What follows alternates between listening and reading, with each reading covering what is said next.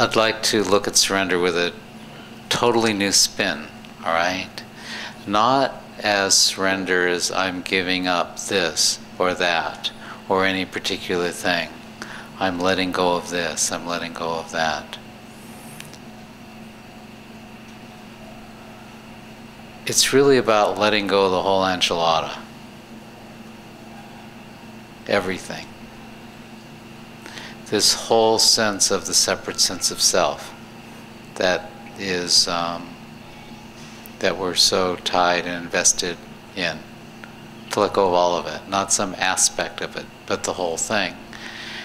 The only thing that one, well, if we, let's just follow this a step further then. If we were to let go of the separate sense of self, we have to look at, well, what is the separate sense of self up to? What's it doing? It's only doing one thing. It is controlling the environment. And unfortunately, the strategies that come with them are things like, if I am right and you are wrong, then there's more viability for me.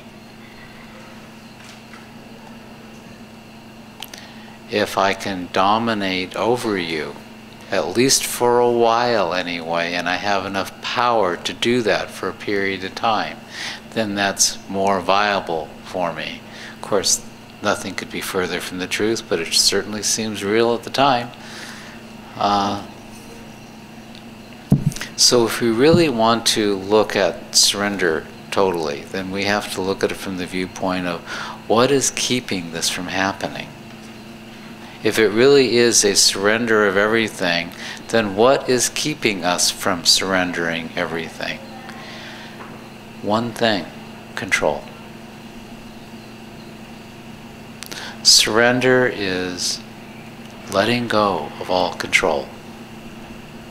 Surrender is not knowing how things are going to work out, because that's what the mind wants to do. It wants to make sure it's going to have a good outcome.